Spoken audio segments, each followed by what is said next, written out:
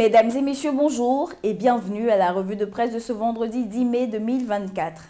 Le Conseil des ministres tenu mercredi dernier fait la manchette des journaux. Fraternité Matin aborde les performances économiques de la Côte d'Ivoire sur le continent africain. Le journal pro-gouvernemental affiche que la Côte d'Ivoire est dans le top 10 africain des meilleures économies. Le Patriote, pour sa part, écrit que la Côte d'Ivoire, sous Alassane Ouattara, est la 9e puissance africaine.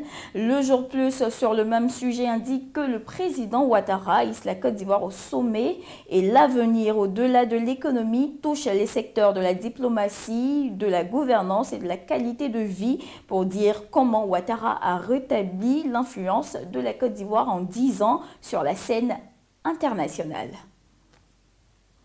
Toujours en Conseil des ministres, le mandat s'est penché sur le bilan du programme social du gouvernement en 2023 et note que 683,3 milliards ont été décaissés et plusieurs secteurs ont été impactés.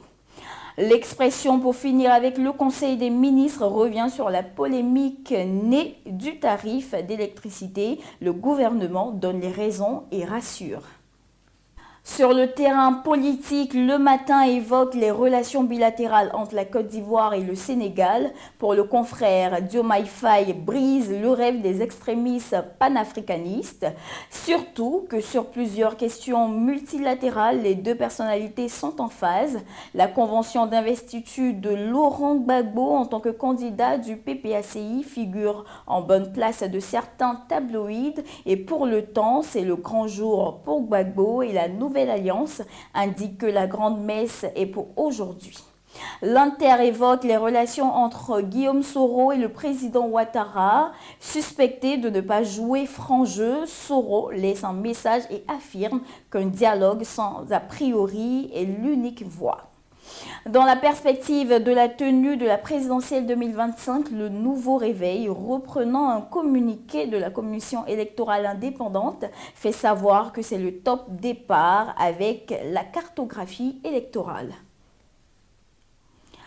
Avant de terminer, jetons un regard sur la une de Soir Info qui nous rapporte un dramatique fait divers. En effet, à Dimboko, recherchée depuis des jours, une jeune fille tuée et enfuie dans un sac de riz.